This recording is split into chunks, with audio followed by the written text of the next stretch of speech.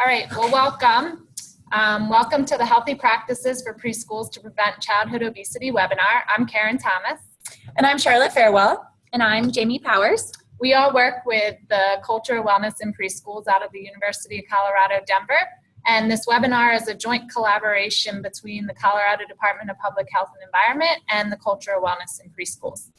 Again, we just want to remind you to please turn off your video and mute your computers in the left-hand corner if you can before we get started.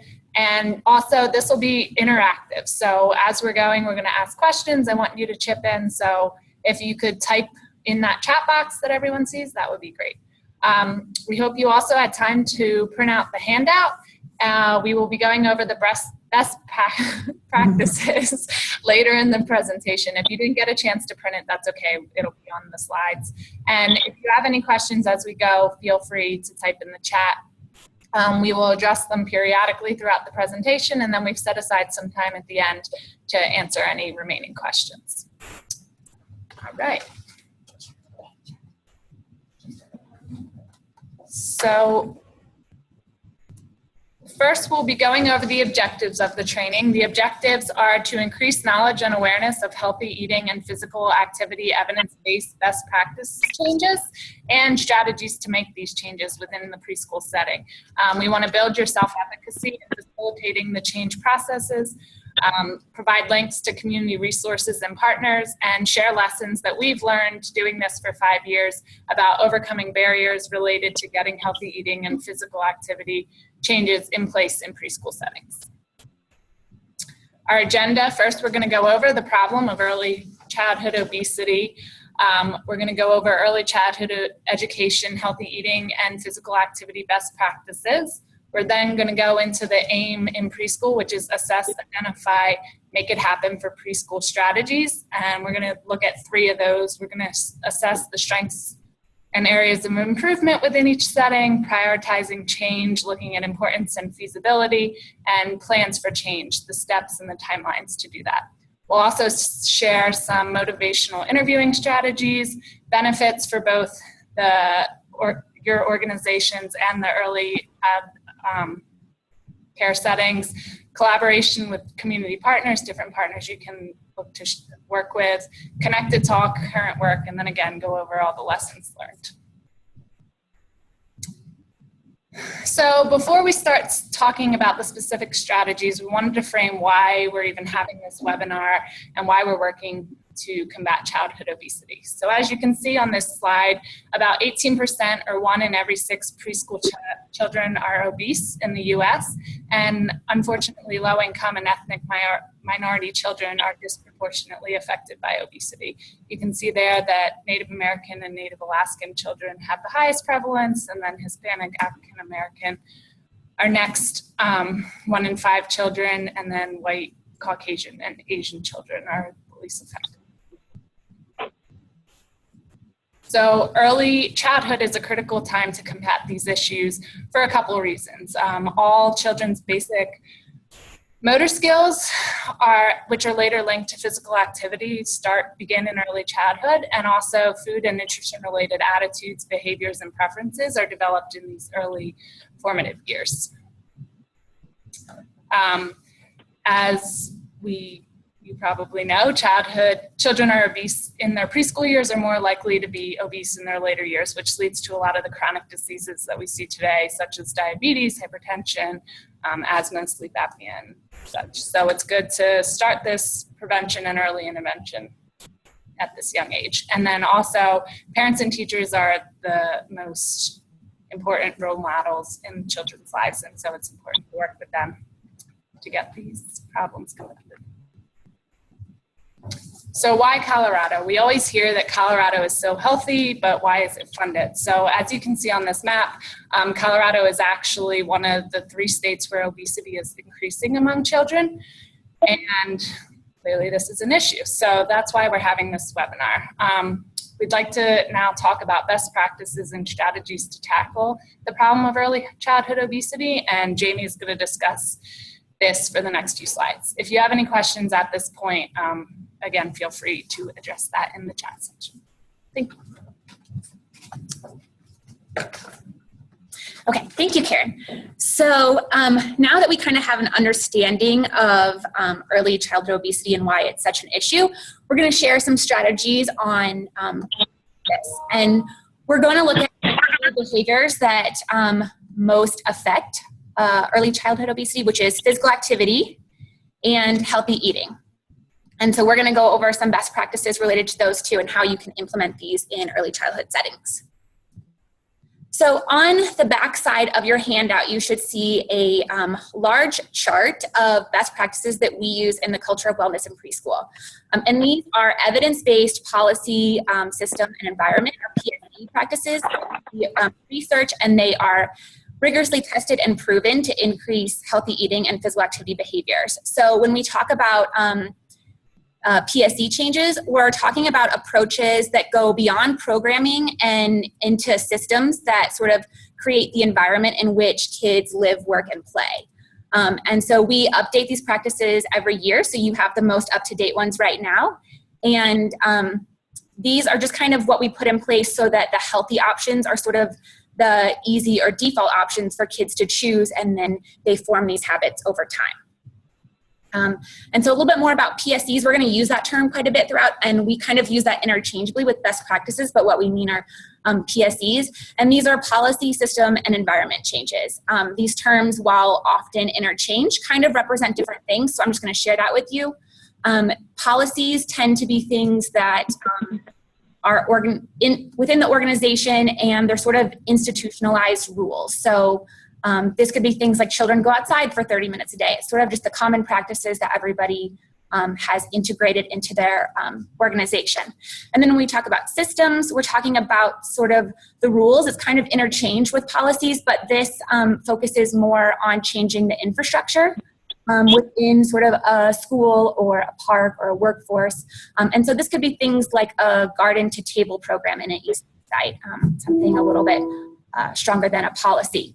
And then when we talk about environmental changes, this is more of the actual physical environment in which kids are in. So this could be physical in the sense of the play structures that they're in, their classroom setup. It could be social, sort of like the behaviors that, the attitudes and behaviors they have around these things. So changing a positive behavior around their eating habits. It could be financial. There's a lot of different factors that go into environmental. And so all of these policy, system, and environmental changes make an influence on these kids. They often produce long-term behavior changes, and they affect the whole population, not just an individual. So that's why we focus on PSEs. Okay, so when you're referring to the back of your handout, for those who have it in front of you, we divide it into two categories. We have the physical activity side and the healthy eating side. And then we sort of categorize those because a lot of them are fitting under these. So you see on the physical activity side, you have outdoor environment, indoor environment. So these could outdoors, things on the playground. Indoor could be things in the lunchroom or in the classroom. Physical activity education could be for staff or for kids. Screen time, so this is your TVs, your computers, your iPads that are in the classroom, and trying to limit those. And then we have a section for additional policies and practices. And then on the other side, you'll see healthy eating, which will be mealtime environment, so typically breakfast, lunchtime, food served, so these are the foods that are served during breakfast, lunch, and snack time. Nutrition education, again, can be for the kids or for the staff. Food served at events, so this is beyond just your meal times. This is birthday celebrations, maybe a parent night, maybe a staff event that you have going on, and then again, additional policies and practices. So we are going to kind of dive into a couple of those. You'll see there's a lot on your handout, and we have a lot that we can bring to sites, but we're going to go in a couple and just give you an idea of what they might look like and how they can be integrated. I will say right now that all of these best practices will look different at every site. Some of them may already have these in place, some may not, but these are just general, and how they're actually implemented in site could be very different. So the first one we're going to look at is mealtime environment, or under mealtime environment, under healthy eating, is serve meals family style. So this is where kids at lunchtime or breakfast, they are given a placemat and a plate, and they serve themselves. So they ask for things to be passed to them, they serve it onto the plate, they pour their own beverages.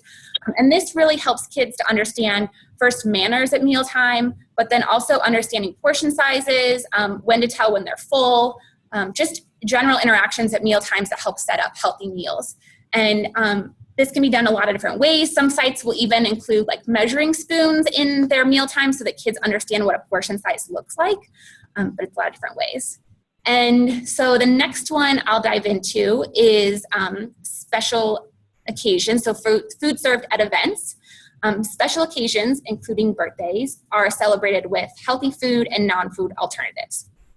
So this one is a particularly interesting one because I'm sure many of you, like all of us, celebrate our birthdays with cookies or cakes or cupcakes, any things. And any of you that work in ECEs know that for pretty much every birthday, kids want to bring in cupcakes and share it at snack time or with all their friends. And so we use this best practice to kind of minimize the unhealthy foods that are coming in and limit those that they're exposed to, because when you have many kids in your classroom, you're going to have lots of cupcakes throughout the year. So this is finding ways to encourage parents to bring healthier foods, fruits and vegetables, different snacks, or finding non-food alternatives. So maybe teachers bring in stickers for a kid's birthday or have a birthday hat or a birthday song.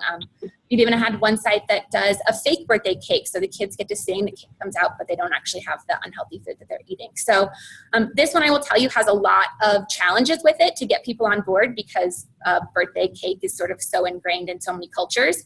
But really, having a policy like this just makes it known to everyone that healthy foods are encouraged and limiting the amount of foods they get during the school day that are unhealthy.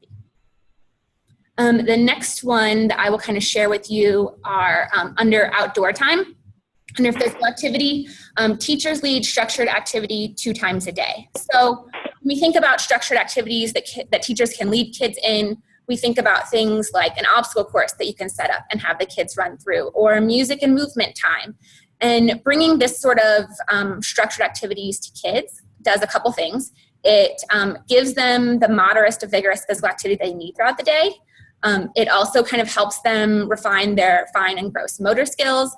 And then it also helps the teachers to be physically active so they get some extra activity in their day, and then also to be positive role models. Like Karen shared with us, we know that teachers have a huge influence on kids, and so leading it and showing them that they're physically active helps the kids kind of get that attitude that they should be physically active as well.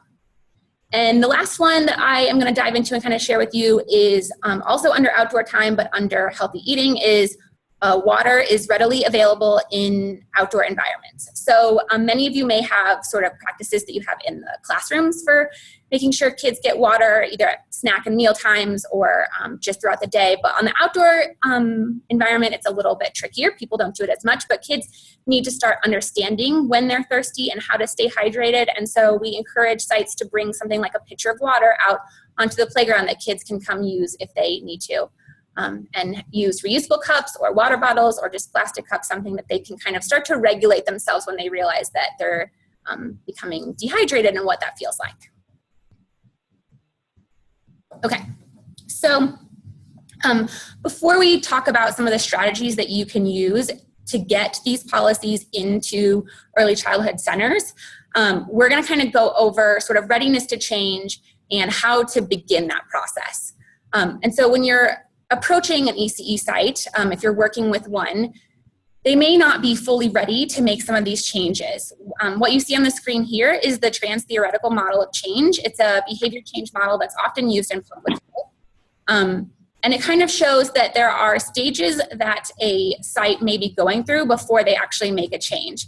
And while this looks linear and can be, it's not often. Sometimes they can jump around. And you might find when you're starting to work with a site that they're in pre-contemplation or contemplation for a long time. So you want to really understand where a site is starting from and understand the barriers that they might face so that you can really understand them and work with them and build that relationship and trust. You also want to make sure when you're starting to work with sites that you set short-term goals, something that can help create early wins, can help build motivation and get them excited and enthusiastic about making long-term changes. And then you want to have those long-term changes in there too, so you have a goal that you're working towards. So it's something to keep in mind whenever you're starting with a site, and we can share more information with you if you want on the Transtheoretical model. Okay, So a few more key points to consider when you're starting to work with sites. Like I said, they're all going to be in different stages of where they want to work. So it's really important to understand the barriers providers are facing and acknowledging that with them so that you can help them either find resources or understand that when you want to bring a change, a PSE change to a site, that they may not be ready or that you may have to help them work through those barriers.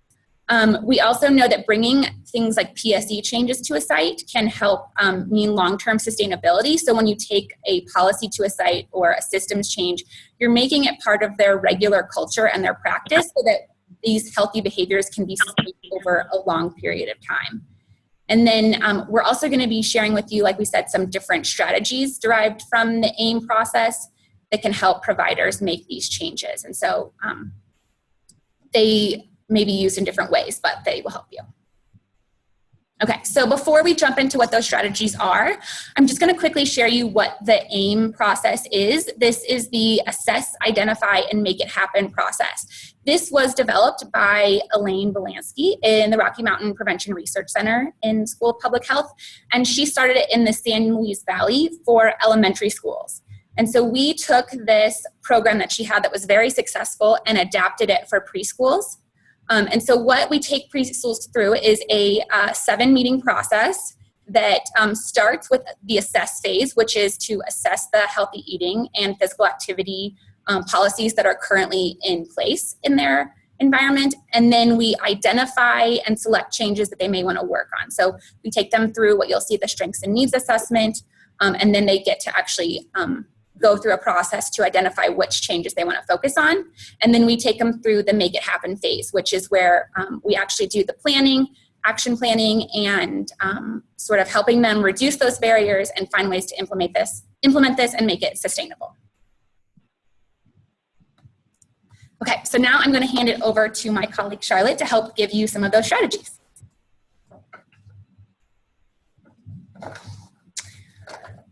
Hope everyone's doing well so far. If anyone's having any issues with the visual or hearing, just feel free to write in the chat box there or shoot me an email and we can address that. But hopefully everything's going well. So we're going to really jump into specific strategies now. We recognize that a lot of times you can't conduct a 7-meeting process at preschool centers. It's very time intensive. Unless it's your main role and you're hired specifically to do this job, it's really hard to integrate it into your current work. And so we pulled out the 3 main primary strategies we use to help make PSE changes and bring PSE changes to preschool centers. So we hope that you guys will find these useful and can see ways that you can integrate them into your current work. So those 3 strategies are first to assess strengths and areas of improvement. As Jamie just mentioned, this is one of the first steps we really focus on in the first couple meetings of the AIM process. And we really find that it's incredibly useful to build on what providers are already doing at their centers. This recognizes that Ece providers have a lot of PSE changes in place. They're held to a lot of regulatory standards. And so we really want to acknowledge their hard work and build on that. Secondly, we go into a process of prioritizing change. And this really takes consideration of importance and feasibility for each potential PSE change to understand if these changes will actually work at these specific sites. And like Jamie mentioned, these sites are all different. As you guys know, every ECE provider, every ECE center looks different. And so every site will prioritize changes differently, depending on what works for them. And lastly, to really start to plan for change. So a lot of times we have meetings and we develop all these to-do items, but they don't actually get accomplished. And so we really focus on developing plans, action plans and action steps for change, and setting timelines and acknowledging who's responsible for that change to make sure that these things are actually accomplished in a reasonable amount of time. So we'll kind of walk you through how that looks as well. And just so you guys know this, we're going to get into the interactive part of this process. So we're hoping this works. And so I'm going to kind of, as we go through this, start to ask you guys and pose questions to you all as sort of the Ece providers. And we're going to ask for some feedback related to some of these strategies. So hopefully that will work out well. So first and foremost, we're going to talk about assessing strengths and areas of improvement. As I mentioned, this is really one of the first strategies we go through in the AIM process, and one of the key components of meetings 1 and 2 of the process. As you can see here on the right, this is a sort of ecological model framework, which I imagine most of you are familiar with or have seen in your work. And it acknowledges the different layers of impact that influence child behavior. And so we think about child obesity, we know that physical activity and healthy eating are kind of the 2 main behaviors that lead to obesity. But children are embedded in a network. They're embedded in a network that's influenced by their role models, by their peers, and then also by the larger preschool environment and larger societal environment and cultural norms. So given these many different layers, we recognize that there's really certain areas we can target. And the purpose of this webinar, and specifically the AIM process, is to target this preschool environment layer. So this circle you see in orange here. Really targeting the Pse changes that can influence both child behavior and staff behavior as well. And we recognize that there's internal and external factors that influence these behaviors. And so going through a strengths and needs assessment sets up this process to start thinking about Pse changes that might work for a provider at their site. So we're going to have a little activity here. And one of the first things we do is we talk about the strengths of a site. Like I said, we recognize that these sites have many great things, great Pse changes or Pse practices in place at their sites that promote physical activity and healthy eating. So to get providers, encourage providers to talk about that, we give them some prompts to get the conversation flowing, to start the conversation. So for this interactive activity, you can use a little chat tool, which hopefully you guys have seen down there on the bottom of the Zoom screen. And I'm just going to pose a couple of the prompts that we pose through our meetings and just ask for some quick responses. So either if you are an Ece provider, this should be pretty easy for you. If you're not, just sort of put yourself in a provider's shoes and imagine how you might respond to these specific prompts. So first, what types of activities do you see during outdoor playtime? And so I'm going to give you about 20, 30 seconds here. Why don't you guys respond, as an Ece provider, what types of activities you think would be occurring during outdoor time that promote physical activity?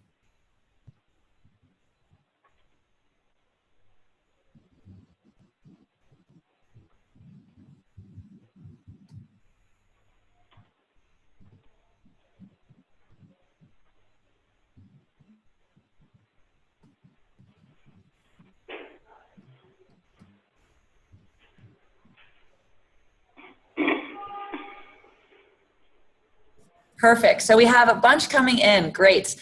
So some ideas are splash time, running through water. We see that often. Absolutely. Running, tricycles, slide swings, running and tag games, playing tag again, playing on large climbing equipment, playing structured games led by staff. Absolutely. So clearly we're speaking to an Ece provider audience here because those are many of the main things that we see. And that usually providers respond when we prompt this question. So there's a lot of great things that sites are doing. Next question. What do you see staff doing during outdoor playtime? Again, we'll give you about 20 seconds to respond to this one.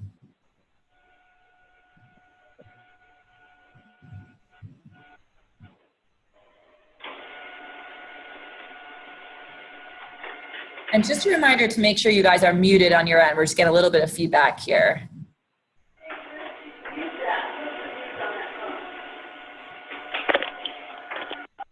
Okay, great. So a few responses here. Thank you guys I love this chat thing. It's working well.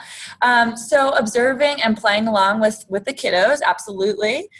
Supervising children, and sometimes there's limited physical interaction, absolutely. And that really gets into potential areas of improvement. And we do see that a lot, absolutely. Engaging with students, modeling behavior, supervising, running with children, and ideally they should be interacting with the children and organizing games. And we recognize a lot of preschools have policies regarding child or teacher interaction with children, leading structured activities. However, a lot of these aren't necessarily being enforced on a regular basis. So this is a change that we really spend a good amount of time actually talking about how to really make sure that the goal is 2 structured activities being led during outdoor playtime, and that this is happening on a daily basis. So just because it's written doesn't mean it's always happening. And we really, as you'll see, go through an action step planning process to make sure that's happening.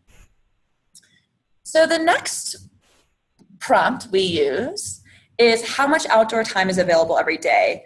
And you guys can respond to this one. This is a pretty straightforward prompt. And really, we typically get providers responding saying, well, you know, for half-day programs it's 30 minutes, for full-day programs it's 60 minutes. That is a best practice, and that's a regulatory policy for them. However, we see sometimes that this doesn't always happen.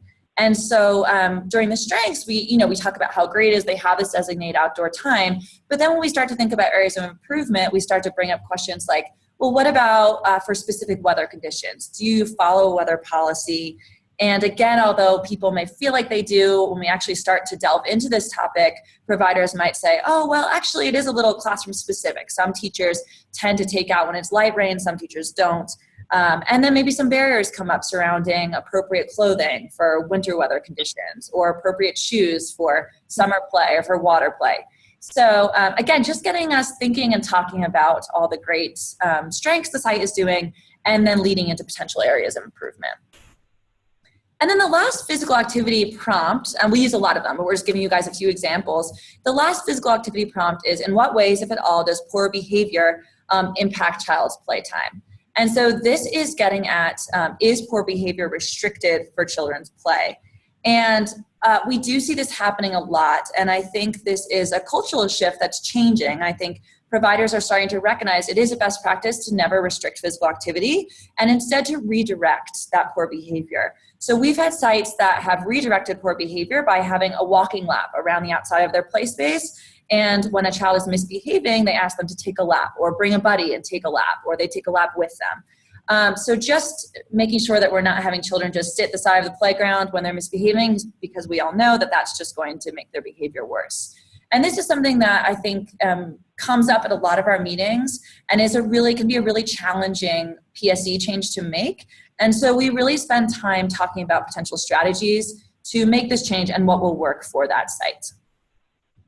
So we're going to get into healthy eating. So we'll have a couple more prompts for these first two for you guys to respond.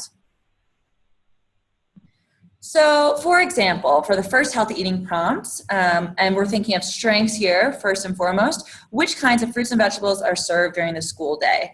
And I'll respond to that one, have you guys reply to the next one. This one is pretty straightforward, but really getting into the variety of fruits and vegetables served. Are there different culturally appropriate fruits and vegetables? We find that a lot of sites are serving the same, oranges and apples every day, and there isn't that variety. And so we work with sites to identify ways to increase variety in the classroom during school day. So this one I'll prompt for you guys, and you guys can respond. We ask providers what kinds of foods are allowed to be brought into classrooms, and more generalizable, what policies exist revolving around external food for celebrations. So why don't you guys throw out a couple ideas if you've seen any of these policies or potential ways you've seen birthdays celebrated in preschool classrooms. I'll give you a few seconds.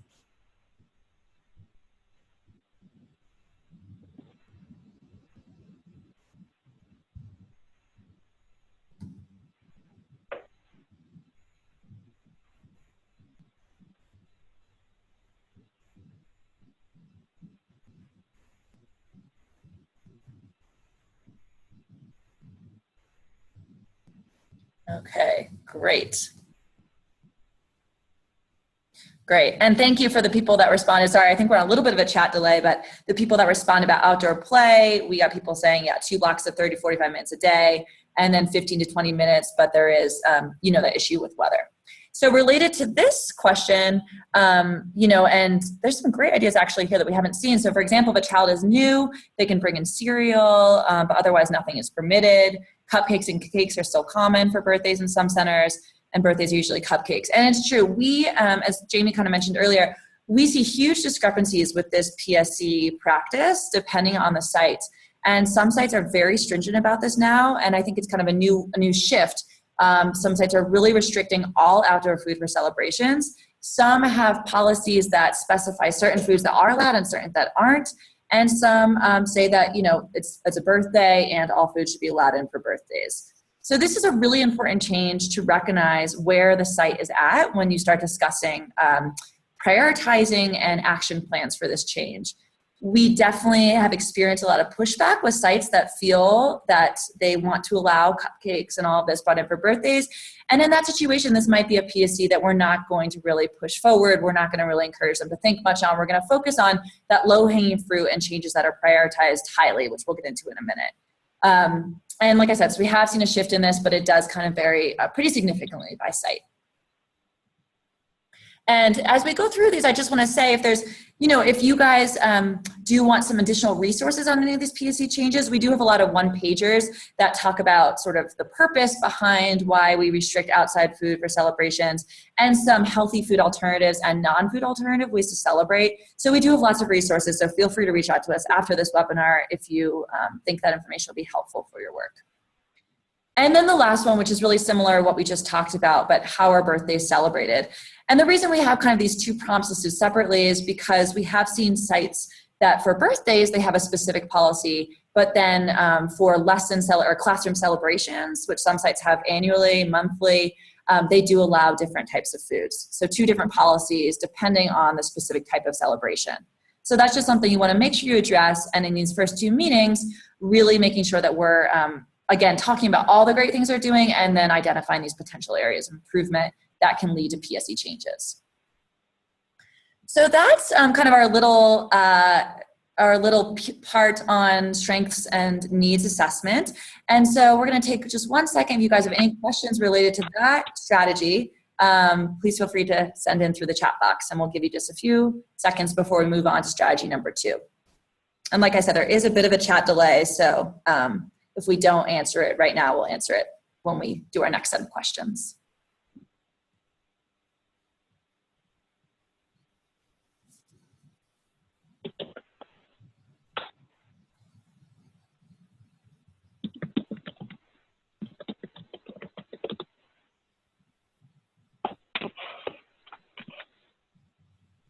Okay, so we haven't seen any come through yet. So again, if you did send, don't worry, they'll come through in a minute and we'll address them. But I think we're going to move on to strategy number 2 right now, which is really prioritizing change using importance and feasibility. And I want to emphasize as we go through, again, these 3 strategies, we're not expecting you all to have the time to go through each of these strategies with every provider you're working with. I think a lot of these can really be taken just as one strategy and used in a meeting with a provider to implement more PSE changes. So we hope that we're emphasizing that as we go through this. So for prioritizing change, there's really 2 primary considerations, importance and feasibility. And importance gets at a few main points. So first and foremost, really the evidence behind the change. So is this PSE change a best practice? You have that best practice document on the back of your handout, hopefully in front of you. If not, again, we'll make sure that everyone has access to the document after the webinar. But if it's on this list, it's a best practice. And that automatically suggests that it's a pretty highly important change because it is proven to increase healthy eating and physical activity among preschoolers. Secondly, the frequency of the PSE change. So how often would this change actually impact students' behavior? And is this impacting students' behavior on a daily basis, weekly, monthly, or annual basis? And so for this, thinking about something that will involve outdoor play. So making sure portable play equipment is always available, that's something that's going to impact kiddos on a daily basis. So that's really going to be a highly important change, especially because it is also best practice. And then the third consideration to discuss when you're talking to a provider about importance of a change is, would this change impact all students or just certain groups? And so really making sure that this is impacting all preschoolers within a site, and not just 1 or 2 preschoolers on a given day. So that's really important. When we talk about feasibility, we talk about cost, time, and support. So cost is the kind of main thing you think about when you hear feasibility, and that's simple. Will this change cost money? Some of these PSEs don't have any costs associated with them, which automatically make them more feasible than others, and some have high costs. And so depending on the funding that's available, you'll definitely want to consider the cost of making certain PSE changes at specific sites. The time is also critical to consider when you're talking about feasibility. As we all know, and for those of you that are Ece providers, your days are incredibly busy and full of all the other things you have to be doing on a daily basis. And so if a change is going to take a lot of time, either on the director's part or on the teacher's part, it might not be the highest, most highly rated importance or feasible change. And you might want to think about other changes that may require less time. And then finally, support. So is this change supported? To get back to the external food allowed for birthday celebrations, when you're working with sites where you feel like there's going to be a lot of pushback, either from, again, the director or teachers regarding that change, that's going to make it a lower feasible change, just because you want that buy-in and you want to target low-hanging fruit. And if you're already experiencing these barriers from the get-go, it's most likely not going to be sustained. And really the goal of PSEs is for them to be sustained. So just considerations before you start even thinking about action planning, considerations of potential changes based on importance and feasibility. And we kind of show this in a visual way when we're going through our meetings for our providers. And I think it just helps with people that are visual learners to kind of see the importance of rating these changes. And so we have importance on the x-axis there and feasibility on the y-axis. And you can see those little red dots, hopefully. And we go through each change and ask them, okay, for importance, do you think low, medium, high, and why? For feasibility, low, medium, high, and why? And then we graph it and show them that the star, ideally they have a couple changes or more that are rated high for importance and high feasibility. So we really encourage them to focus on those changes. Again, those are going to be the ones that are easiest to implement and most likely to be sustained. Recognizing that some of these maybe lower changes might be something that they can focus on down the road, but for right now, really focusing on these ones that are going to be easily implemented in a definitive period of time. So we're going to do another little interactive activity here. So hopefully these chats will come through. So we're going to do some examples of changes that will be rated certain ways. And again, we recognize that all sites will be different. So these are just sort of hypothetical little scenarios. So when we think about change that might be rated high importance and low feasibility, an example that has come up in many of our meetings is updating fixed play equipment on outdoor play space as high importance, low feasibility. So I'm going to give you guys a few seconds to respond here with potential reasons why you think it might be rated high importance and low feasibility.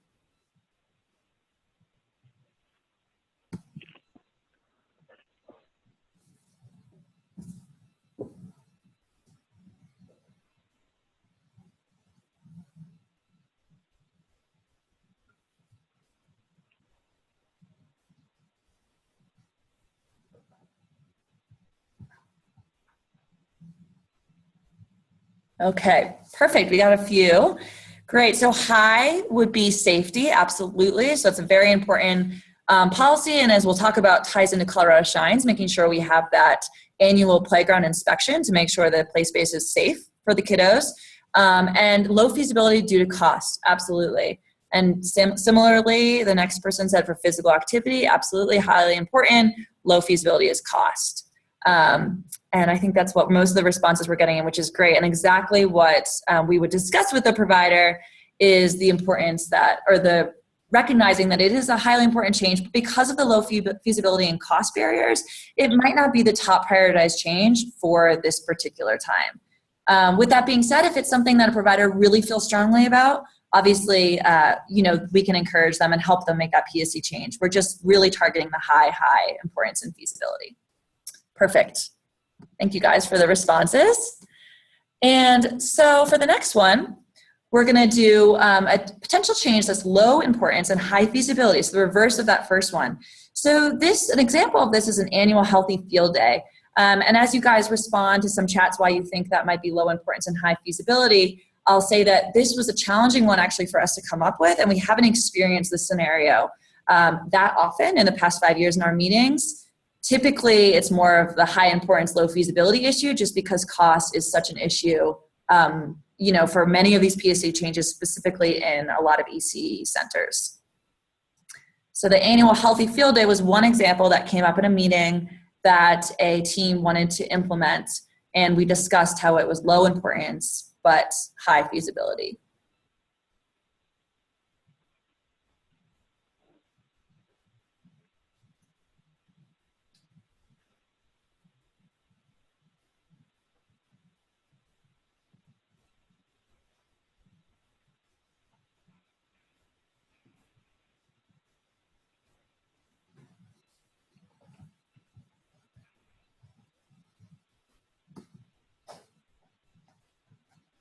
All right. We haven't got any responses yet for this one, so I'll just take this one. And I apologize again if you did. Hopefully it will come in a minute. But the reason why this one was rated low importance and high feasibility is first to think about the importance. It's something that, first of all, is not a best practice. In terms of frequency, it's not something that's impacting kiddos on a daily basis. It's really a one-time annual event. And it's something that's impacting maybe a subset of the kiddos and families that come to the field day, but it's not impacting all kiddos on that daily basis. So that makes it low importance. In terms of feasibility, we found that this change, and again, this is provider or center specific, but high feasibility really relates to the fact that most ECEs have some sort of annual event, whether it's, a family event or a field day event. And so for this particular site, integrating just a healthy theme into it was pretty highly feasible. Wouldn't have taken that much more work. And so they decided it was low importance, high feasibility. So again, not a top prioritized change. And if you think about that graph, it would be in the lower quadrant of that graph. And so then the last little interactive activity we're going to do for this one is a change that is high importance and high feasibility. So, like we said, these are the Pse changes that we really are hoping to work with the provider to implement these specific changes into their preschool settings because of the high prioritization. So an example of this is staff facilitating conversation about food at meals and using enthusiastic modeling during meal times. So if you guys want to respond to why you think that might be high importance and high feasibility, I'll give you a few seconds to do this one. And this will be our last little activity for this specific strategy.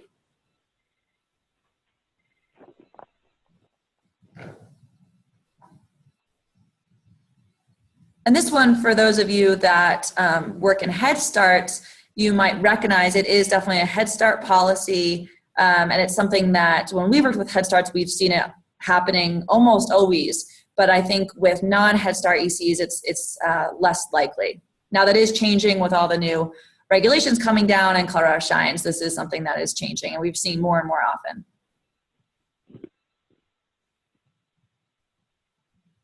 And I'm not seeing any responses yet for this one, so I'll take this one away. So really this change is highly important and highly feasible because it is a very easy change to implement.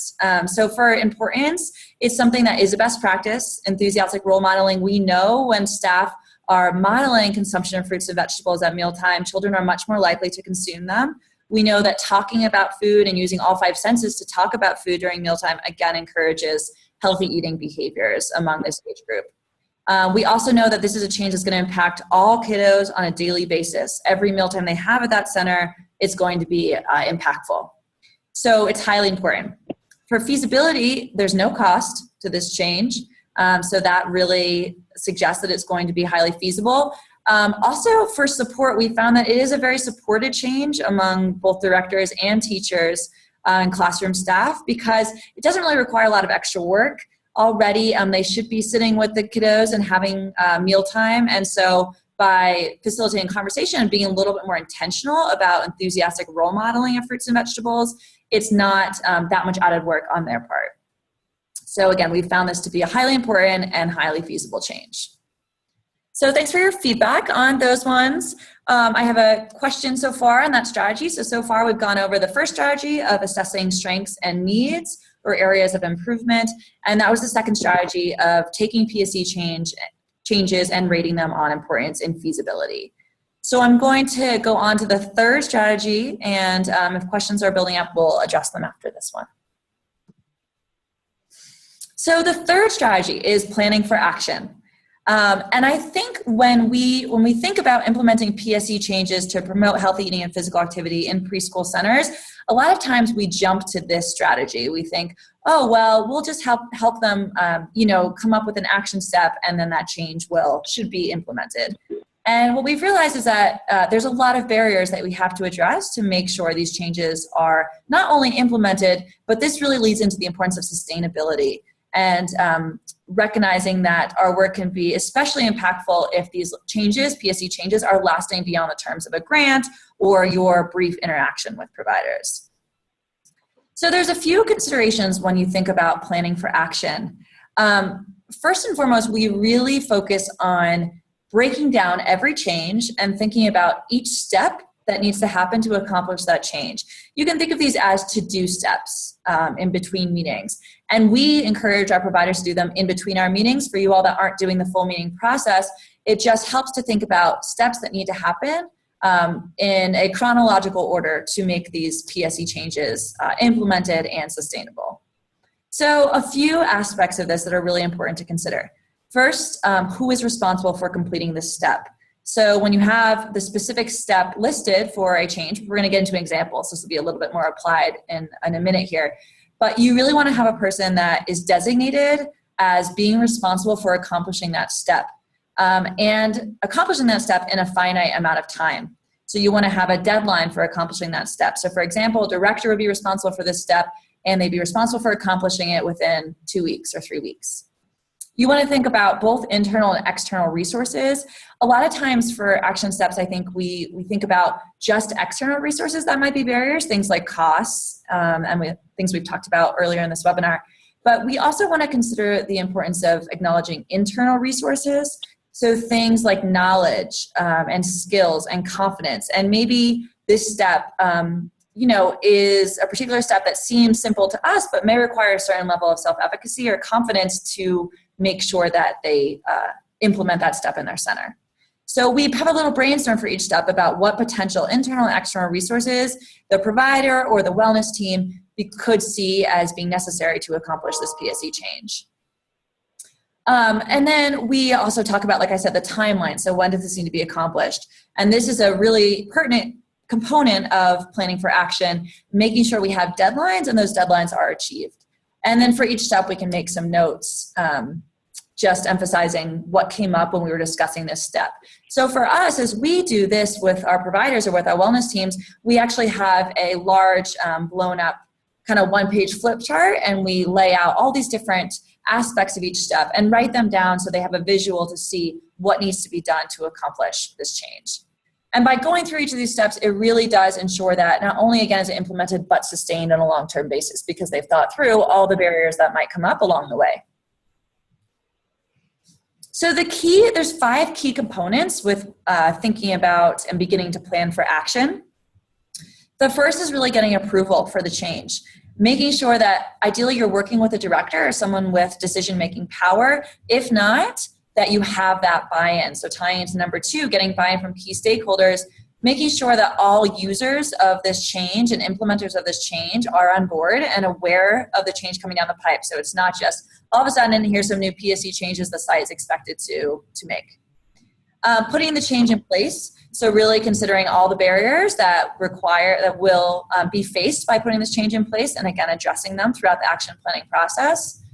And then communicating the change to the school community. So making sure that the PSE changes are being disseminated center-wide. And, there's a lot of people that work at a preschool center, and we want to make sure that every single person at the center is aware of these changes, has the ability to vocalize their opinions related to these changes, and then know when they're going to be officially in place. And this includes parents, so making sure that these changes are disseminated to parents, and we'll talk about some strategies on doing that. And then planning for sustainability and really making sure that the site has that long-term plan. Like we talked about, these short-term goals lead to long-term goals that lead to long-term sustainability beyond just our interaction with providers. So we have one more little interactive activity for you all.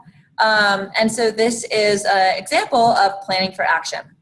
So we work with sites to identify their PSE changes through importance and feasibility, like we just talked about. And now we're really getting into, oh great, I'm just getting some chats in right now, perfect. So now we're really getting into increasing the quantity and quality of portable play equipment accessible during outdoor playtime as an example of a PSE change a site might want to make. So as we talk about this little picture, and just so you guys know, these pictures are pictures we've taken from being out at site. So just some examples of some positive healthy eating physical activity PSE changes we've seen in sites. So this one you can see in the picture here, this teacher intentionally put out specific equipment and made sure that lots of different portable play equipment was available during outdoor time. So does anyone have any ideas on some action steps that will be required to accomplish this change? I'll give you guys a few minutes to think about action steps. And you can also, as you're brainstorming this, thinking about internal and external resources, the timeline, and who's responsible. But just throwing out any action steps you guys have ideas about would be helpful. So feel free to do that now.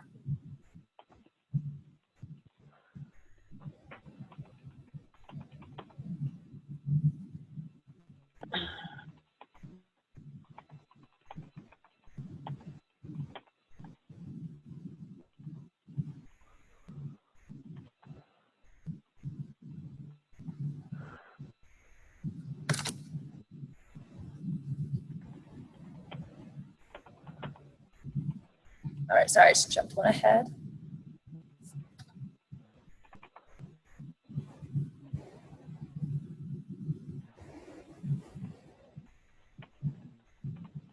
So I'm not seeing any come through yet, so I think I'll start here. So when we think about increasing quantity and quality of portable play equipment accessible during outdoor playtime, it might seem like an easy change. Oh, they just make sure that portable play equipment is brought out every day. You know, sites have funding to have different types of equipment. This shouldn't be a big issue. Why do we have to even think about developing action plans for this change? We have found that actually there's a lot more details, many more details that go into making this change and making sure it's sustained. So for some of the first action steps we've thought of, and again, we have examples of all of these that we've gone through with sites, so feel free to reach out to us if these will be helpful down the road.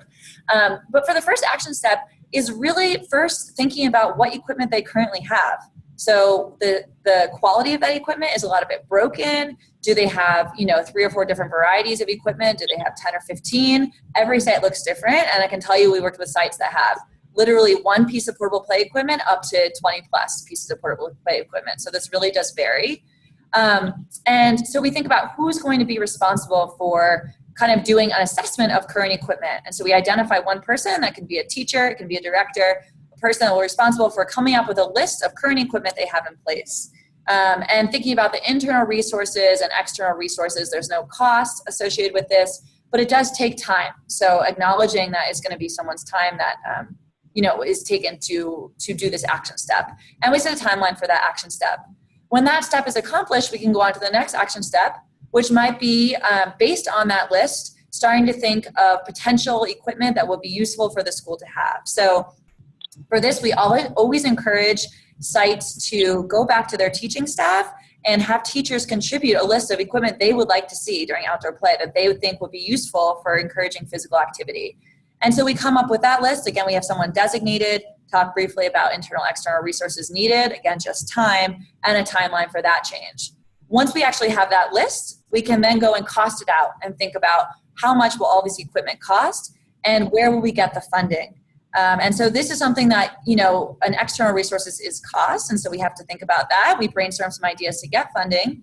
And then the next action step will go through ordering of the equipment and then actually making sure the equipment is used on a daily basis. So we've had sites that have designated portable play equipment carts for each classroom, and they think about things like, where are they going to store it? How is it going to be stored? How often will they continue to assess the equipment? So there really is a lot more that goes into implementing all these PSE changes to make sure, again, that they're sustained. So we go through the whole meeting is really going through the top changes and talking about every logistic of this to make sure that they're not going to go out and experience other barriers down the road.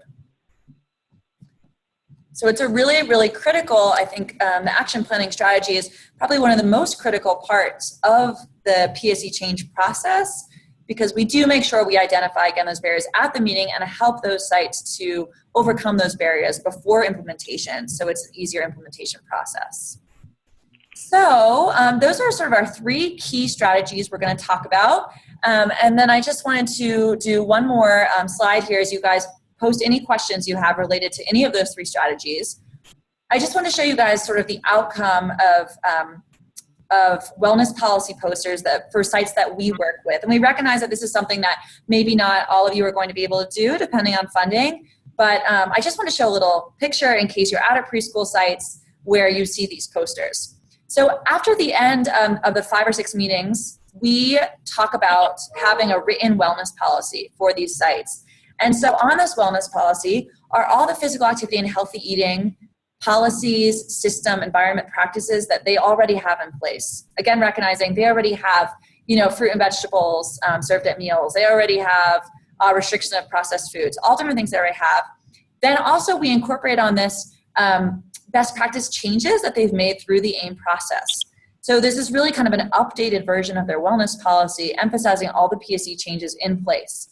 And we print these posters off for them. They're pretty big posters. We translate them in English and Spanish, and they're disseminated in a variety of ways. So they are displayed throughout the sites. In classrooms, they're displayed, sometimes in the front of the lobby for parents to see. And that's really one of the benefits of having this written policy. Not only does it ensure sustainability, dealing with staff turnover, making sure all new staff are aware of wellness policies when they start working at the center, but then also that parents are aware and parents see this and recognize, oh, for birthdays, we're not allowed to bring in external food. And it really helps to just drive home the sustainability of the Pse changes we've worked so hard to implement. So that's an example of them. And we have many more examples. Again, if you're interested, feel free to reach out. So I think I'm going to hand it back over to Karen right now. Let me just check here with an updated chat, see if any more have come through, but I don't think they have. So I'm going to hand it over to Karen, and she's going to start talking about some of kind of the MI strategies behind these AIM strategies, and then also how this work might tie in with your current work, ways to collaborate within the community, and a few other details. So thank you guys so much. All right. So as Charlotte said, we're now going to talk about motivational interviewing strategies. One thing that's really important to think about when you're going into the ECE centers is how you're talking to the providers and everyone involved in the process. Motivational interviewing is a communication technique for improving a person's motivation to change. This may be very familiar to you. It's a common public health strategy. And again, in using MI, it's important to recognize centers' readiness to change. So if you think back to the Transtheoretical model of pre-contemplation, contemplation, or whatever step, using this technique to talk about that is very important. And just knowing that every site is different. You want to keep in mind that we're not trying to force centers to make changes. We want them to be ready and willing to make these changes, and using MI helps to get them to think through it and verbalize where they're at and what they want, which is most important. Some key skills to use in MI is using open-ended questions, using reflective listening, which is repeating back to centers what they're saying to you, affirming what they're saying, whether they're saying positive things or negative things, just letting them know that you're hearing what they're saying, and then providing summaries of everything they say. So like as you go through, just reiterate back to them what you're hearing them say. So I'm going to go through some examples of using MI techniques to discuss healthy eating and physical activity changes, and some things that we have seen as we've gone in to do this. So one thing that's important is to express empathy for barriers that Ece providers may cite related to healthy eating and physical activity changes. So oftentimes we hear providers say they don't have the help to do this, or their play equipment is getting destroyed, they don't want to purchase more, or parents are insistent on bringing cupcakes for holiday events. When using motivational interviewing, it's important to express that you hear them and you hear that this is a struggle. You don't want to make it seem like you are just coming in to make a change, and when they are thinking all along, like, we can't do this. So just expressing that you understand what they're saying and trying to help them think through how they might be able to change the conversation around these topics. Again, you want to affirm them. So during the strengths and needs assessment, you will hear a bunch of great things that they're already doing, and you want to say to them, it sounds like you're doing this really well, and just encouraging them in everything that they are already doing. It's really important. The next one is support the change talk. So when you're going through those action steps, you want to leave the conversation open-ended. So if they say that they might be able to make X, Y, or Z change, you can encourage them to tell you more about that and what are their thoughts on that and how can they make that change, and really support that talk so that they're thinking through all the different aspects of it. You want to identify advantages for change. So you want to talk about the benefits of eating fruit over drinking fruit juice. So we know that drinking juice has a lot of sugar in it and it's lacking in the fiber. So you might want to just point out those different aspects and really identify the advantages for making this change. The most important thing with MI is you want to keep it positive. We're really emphasizing MI because during the whole AIM process that Charlotte's talked about, we are facilitators and you will be facilitators. You're going in and you're helping them think through the strategies that they feel is best and most reasonable for their site, and you really want to make it so that they have a hand in it and it's something that they think that they'll be able to do. So again, you want to express optimism and affirmations of change, and it sounds like you really want to improve this, so that's really great. And how can we help you, and how can we help you think through this? MI is a really great way to do that, and it's just important to think about how we're talking about these topics. All right, so now you might be wondering, like, what are the benefits as local public health agencies and as Ece providers? All this information we've provided, how can we use it and why is it beneficial to us? So many of the local public health agencies that are out there that you guys are doing already have community health improvement plans related to obesity prevention work in place. And using the strategies we've given you, you can more directly attack the problem here. It should align pretty well with your health and well-being for children as well, and that's mainly what we've been looking at ECE, but it does work more broadly for all obesity prevention work. And as you saw earlier in the presentation, we know the health of children between the ages of 3 and 5 can greatly predict their health later in life. So all this work is thinking upstream and how we can really combat the problem for years to come. As far as benefits for ECE providers, we know that you all have Colorado Shines and you have a lot of regulatory things in place. We've closely aligned our programming with these Colorado Shines points, and making these changes and going in and helping sites to make these changes will improve their, get them to have higher ratings within the Colorado Shines system. It also meets the physical activity and healthy education needs of children, which can affect their cognitive and behavioral health in a positive way. It's really important when you're going into ECE centers to incentivize the centers to make these changes, and the Colorado Shines Points we found is a really great way to incentivize them because they have to do it anyway. And so this is a good way to make that happen.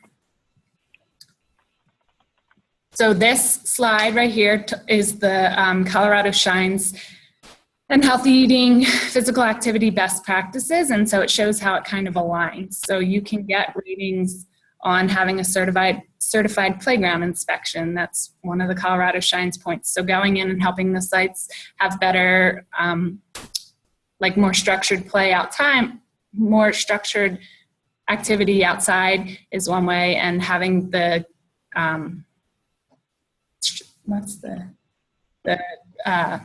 portable play equipment, can help get higher ratings on this. Teachers leading the structured physical activities daily, offering information and education programs. So having them talk about food and healthy eating around meal times is one way to do that. And then another best practice is the garden and serving fruits and vegetables from the gardens. We found that some sites are implementing this, and it's another way to get Colorado Shines points.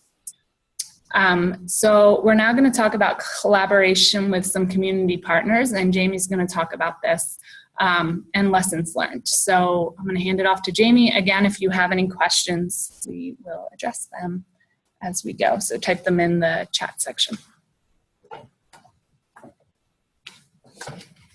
Okay, great. Thank you, Karen.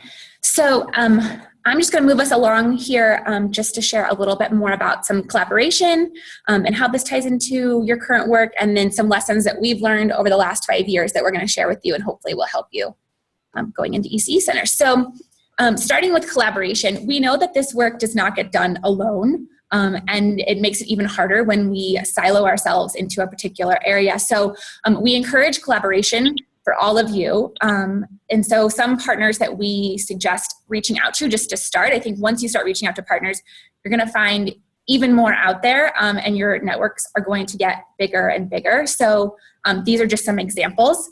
Early childhood councils, they work in communities to provide support for children and families, education support, social and emotional mental health support, healthcare. And so they're really tapped in to early childhood centers and can help you kind of expand your network. There are quality improvement coaches, nurse consultants in ECE centers. Health departments are a great resource. When you guys registered, we saw that some of you are working in public schools to do some of this work, in WIC, in dental care. So the network that you can create to work in early childhood obesity prevention is really huge and vast. And so it's just starting those conversations and getting out there. And then once you have these partnerships in place, you can start to share some funding streams potentially, really share knowledge and expertise, and sharing those connections and getting your foot in the door with some of these ECE centers. When you partner with other people, they may have connections that would really benefit you. And then working together, we can all accomplish a lot of common goals. So we really encourage collaboration as much as possible. And so doing this work and collaborating, I think a lot of you probably are doing this work already. And so expanding that network is really going to help you in your current work. Like Karen had already shared, local public health agencies have community health improvement plans that focus on obesity. 39 counties I think we know of that are focusing on obesity. Some are focusing on early childhood, but taking these strategies that you've learned today and bringing them to the table, these strategies can be used in so many different areas. It's really great to kind of start practicing them and getting them out there, and then you'll have sort of concrete movement towards successful accomplishment of your goals. It really helps to benefit communication with Ece providers. You're going to make a lot stronger connections and build that trust. And then we're doing this work in a lot of areas. We're in 7 counties so far. So Denver, Adams, Arapahoe, Weld, Jefferson, El Paso, and Pueblo County. So if you're in any of those, please reach out to us and we can find ways we can potentially collaborate. And if you're not in those counties, please reach out to us because we're trying to expand. We're hoping to expand to Southeast Colorado in the next year, and then we're hoping to expand even further. So we know that there's other people out there to partner with and to make this work even more successful. Okay. So the last thing that I would like to share with all of you is some lessons that we've learned. And I'm hoping that you can take some of these and sort of integrate it into your work at the beginning so that you don't have to learn these same lessons. You'll be starting from a great place. So the first thing I want to talk about is building relationships. It is very critical when you're working with ECE sites to build relationships with the director, especially. They are really busy, so it's definitely a tricky thing to do sometimes, but making those personal connections will really help your processes and these policies get implemented. We encourage you to reach out by phone and email because directors will work at different sites, and then to make those in-person connections whenever possible. And relationships will really help you to get this work done. It takes time to build relationships and to build trust, but once you do, this work can go so much further. It's important to understand that where the sites are related to healthy eating and physical activity. So like Karen and Charlotte have both talked about, not just walking in and saying, here's best practices, do it. It's helping understand where they are and where they want to go and getting them to that point. It's important to make it really clear that you're not regulatory. You're just facilitating change. You're just there to help kind of lead the change and listen to them and work with them. And then lastly, when you're going in for in-person visits, we know that all ECE centers are very busy all the time. To try and go at times when there's not a lot of high traffic, so drop off and pick up times, early in the morning or in the afternoon can be really hectic for them, and you probably won't get much face time. So trying to go during like nap times or sometimes sort of in the middle of the day when they may have time to sit down and work with you. And some lessons that we've learned on implementation. That we encourage focus on healthy eating and active living best practices that are both highly important and highly feasible.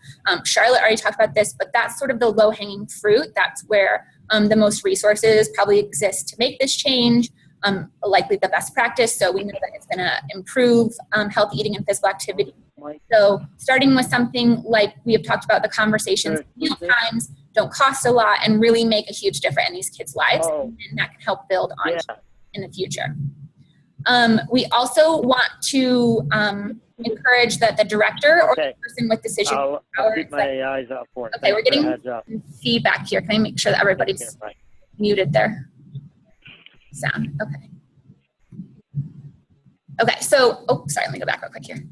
Ensuring that anybody who has decision-making power is involved in the meetings and discussions. So when we do this, we do it with a multidisciplinary team so that we can have a lot of different people on board, but it's critical that the person who makes the decision understands what the process is and that they're on board and they're willing to make these changes, or you're going to kind of get stopped dead in your tracks at some point.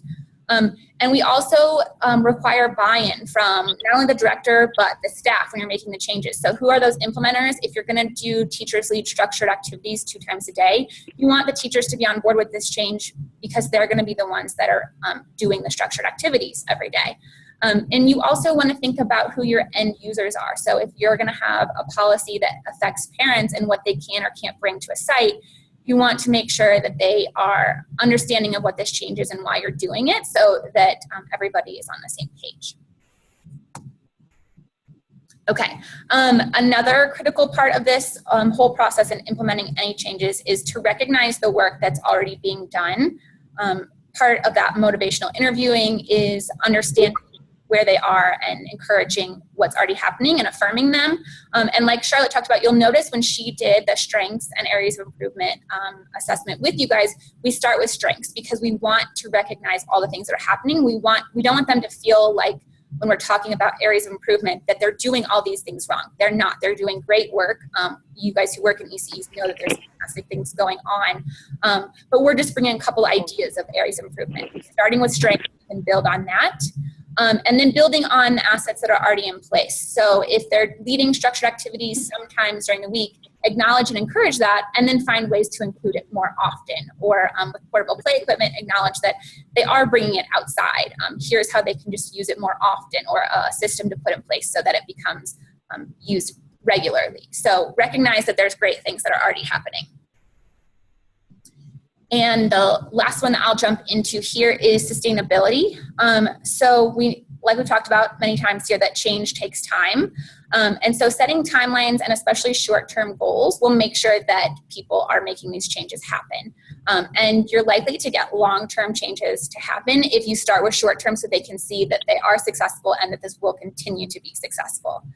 And then when they're thinking about long-term sustainability, once you've made some small changes and you want to think about the changes for the future, you want to identify a wellness champion at a site, somebody who's either really passionate about health and wellness or who can get other people at the site motivated and encouraged so that they can kind of remind them the policy that's in place and how to do it, or encourage them when they see them,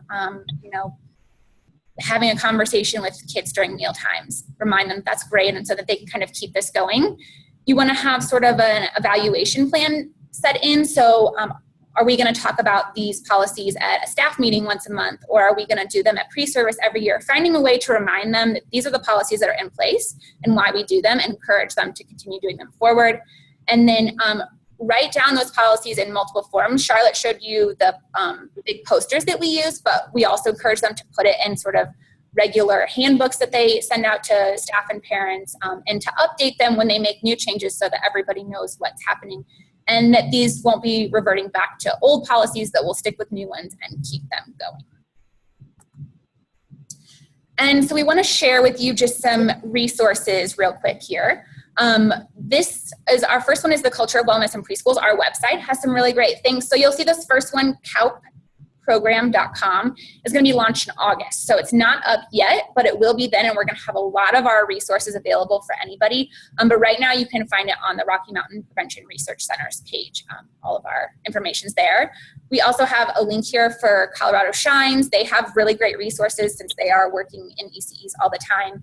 And then Be Healthy Denver. And so we can give you those links if you don't have time to write them down right now. We'll make sure you can get them. And here is our contact information if you have any questions. We are going to be sending out to you a link to get some of your feedback. We really appreciate you being on the call today, and we want to know what you might want to see in the future. So we have a link. We want to hear about how today went, and we'll have 2 weeks, I think, to complete that survey. And we appreciate all of you being here. So are there any other questions? Yeah, I just want to say, perfect. Yeah, we see chat coming through now. We finished a bit early, as you guys can see. So we really are planning being until 11. So if you have any questions or further discussions you want to have, please feel free to write in the chat and we'll respond to them. And then I'm just saying now, just to respond to all the ones that came through during our strategy brainstorming: costs for supplies, responsibility for maintaining or replacing equipment, identifying how they help develop various skills, knowledge for kids, and that relates to the purchasing more portable play equipment. A couple of people talked about having the importance of having knowledge, having knowledge to how to use the equipment. And that's a really big thing that we didn't talk about too much, but when you are making a simple change like encouraging portable play equipment, it's really important to either have activity cards or coaching strategies, someone to come in and really teach the staff how to use that equipment. As part of the Culture of Wellness in Preschools program, I will say that we do have that. So we have a coach that goes in and does professional development work with the teachers, specifically related to structured equipment that we give them for outdoor play. And so also on that, we have a couple people talking about the importance of staff receiving education, ongoing education, making sure it's age and developmentally appropriate equipment, and again, knowledge and confidence. So a lot of really great things. I'm sorry this didn't come through when we were brainstorming, but lots of really great things on this chat that I think you all can see here. And thank you for all the thank yous coming in. Do you know of any playground grants available for centers? That's a good question. Do you guys have any off the top of your head? I will tell you, so we are funded, I don't think we talked about this, but the Culture of Wellness in Preschools is funded through a few different grantees. So yeah, if everyone can respond to questions that are coming up, for example, that playground one, by the way, if anyone else has responses, Kaboom is one response, that would be great. And I think this is a great platform to be able to answer these questions that come up. So Culture of Wellness is funded through a few different entities. We're funded through the Colorado Health Foundation. So we were funded from 2012 to 2015 by the Colorado Health Foundation for a 3-year grant. And we were just funded to work with Denver Great Kids Head Start. And then that programming was so successful, we got a renewal grant with them to expand to other Denver non-Head Start sites, and also to Jefferson County and to Weld County as well. And we recently got SNAP Ed funding, so federal government funds to expand beyond that. So to additional sites in this region, as well as, like Jamie said, Adams, Arapahoe, El Paso, and Pueblo. And El Paso and Pueblo we're working on right now, so we'll be starting there in the fall. And then we also are expanding to Southeast Colorado in the fall and hoping to expand beyond that. So I encourage you guys to reach out. A couple of questions. This one says, your program is focused on preschool age, but the sample policy you showed listed some infant policies. Do you have best practice recommendations for infants and toddlers? This is a great question. So we are working on doing this right now. We are only funded technically for ECE environments. And so with that being said, we work with a lot of ECE centers that have infant and toddler classrooms. And we do work to make PSEs that impact the whole site. So that includes these infant and toddlers. So we are working right now on developing a similar best practice list that really relates to the younger kiddos, and should have that in the next month or two. So if you're interested in that, shoot us an email and we'll make sure to get that out to you once we've compiled it.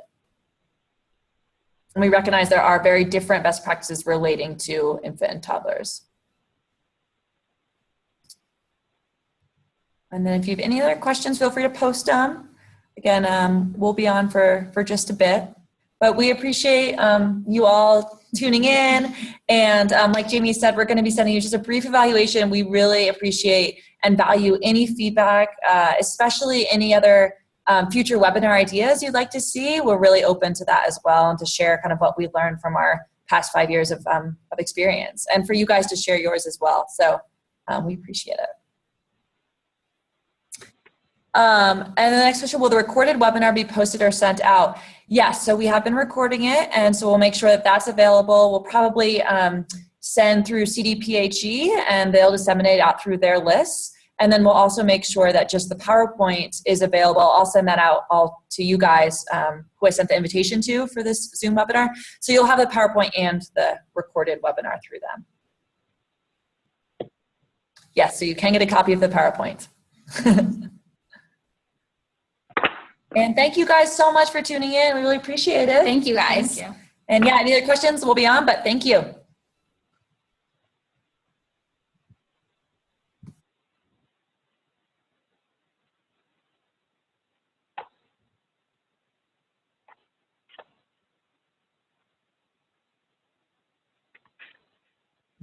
And we did turn off our video, just so you guys know, but we're still here for the chat if you have any last minute questions.